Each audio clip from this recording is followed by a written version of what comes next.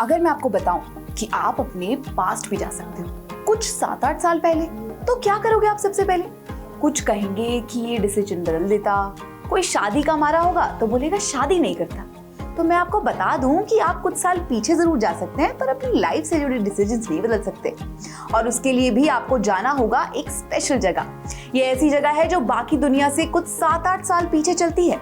मतलब इनका कैलेंडर ही 7-8 साल पीछे चलता है। यहाँ पर तो महीने भी 12 की जगह 13 होते हैं। व्हाट? ये क्या है? ऐसा कैसे हो सकता है? क्या है ये जगह? यही सवाल चल रहे होंगे ना मन में। तो चलो ज्यादा तड़पाते नहीं है आपको और सीधा ले चलते हैं आपको इस जगह पर। तो दोस्तों ये जगह है अफ्रीका में और इसका नाम है Ethiopia. One of the craziest travel fact states about the Ethiopian calendar is that the country is still in 2016 and not in 2024. Ethiopian calendar को फॉलो करने वाला ये देश हमेशा बाकी की पूरी दुनिया से 7 से 8 साल पीछे चलता है।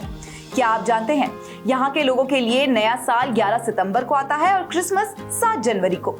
है ना अजीबोगरीब?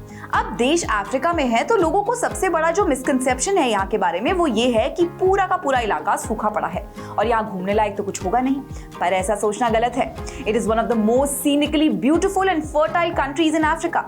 और इनके 13 महीनों की अगर बात की जाए तो जो पहले 12 महीने होते हैं उनमें 30 दिन होते हैं। वहीं आखिरी के महीने जिसे पेग्यूम कहा जाता है में 5 दिन और लीप ईयर में 6 दिन होते हैं। क्या आप जानते हैं कॉफी इथियोपिया से ही ओरिजिनेट हुई थी। ऐसा माना जाता है कि सदियों पहले एक बकरी चराने वाले ने देखा कि उसकी बकरियों का झुंड एक खास तरह की झाड़ियों की ओर अट्रैक्ट होता है और बाद में उसने एक दिन इसको खुद ट्राई करने का फैसला किया और बस उस दिन के बाद से उसकी हर्डिंग कैपेसिटी तो बढ़ी ही पर उसके साथ ही वो और ज्यादा एक्टिव हो गया।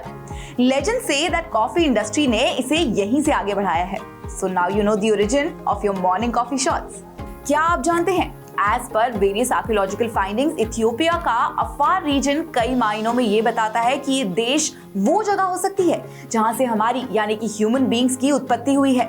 1974 में लूसी यही मिली थी और लूसी है 3.2 मिलियन ईयर्स पुराना होमिनिड स्केलेटन जो यहीं पाया गया था, जो इसे सबसे पुराना फॉसिलाइज्ड स्केलेटन बनाता है।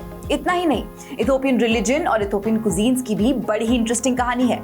यहाँ के लोगों का प्रमुख धर्म ऑर्थोडॉक्स क्रिश्चियनिटी है। इसका मतलब ये कि इस धर्म को मानने वाले जो कि लगभग आधी आबादी होगी साल में लगभग 200 से 250 दिन उपवास यानी कि फास्टिंग करते हैं।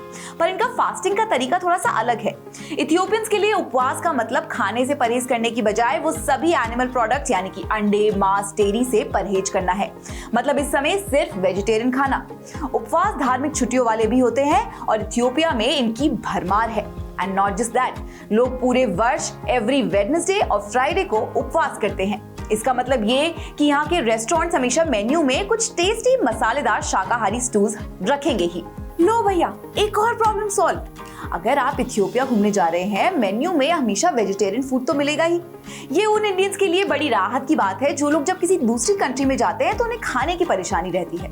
यहाँ आपको वो दिक्कत नहीं होगी और ऊपर से इतना सुंदर देश, जाना तो बनता है एक बार बॉस। क्या आप जानते हैं Ethiopia is the only African country that has never been under the colonial control. और ये एक ऐसा फैक्ट है जो वहाँ के लोग बताते बताते थकते नहीं। हालांकि कुछ समय के लिए 1935 में इसे कॉलोनाइज किया गया था इटालियंस के द्वारा, पर वो भी 6 साल से ज्यादा टिक नहीं पाए और चले गए। कुछ वहाँ के लोकल्स इसको ऐसे भी डिस्क्राइब करते हैं, हमने तब तक इंतजार किया जब तक उन्होंने हमारे लिए रेलवे और अच्छी इमारतें नहीं बना दी और फिर उन्हें बाहर निकाल दिया। Very funny Ethiopia, very funny. तो दोस्तों जाते जाते मैं आपको बता दूं कि वेकेशन प्लान करते वक्त शायद आपके दिमाग में इथियोपिया का नाम ना आए क्योंकि ये एक अफ्रीकन कंट्री है और अफ्रीका का नाम सुनकर पहला थॉट आता है सूखा। But you will be wrong because it is full of scenic natural wonders, fascinating history, rare wild life and deep rooted identity. In short, Ethiopia visit करना is like a trip back in time. Actually literally, क्योंकि इनका तो calendar ही पीछे है ना। हालांकि modern इथियोपियंस इस अंतर से अच्छी तरह से वाकिफ हैं, तो ट्रैवलर्स को भी इसके बारे में ज्यादा चिंता करने की जरूरत नहीं है। अगला कौन सा ट्रैवल डेस्टिनेशन लेकर आऊं आपके लिए, कमेंट सेक्शन में जरूर मेंशन कीजिएगा and I will see you in the next one. श्रेष्ठ भारत पर खबरों से जुड़े रहने के लिए चैनल को सब्सक्राइब और लाइक करें, बेल आइकन दबाएं और देखते रहें श्रेष्ठ भारत।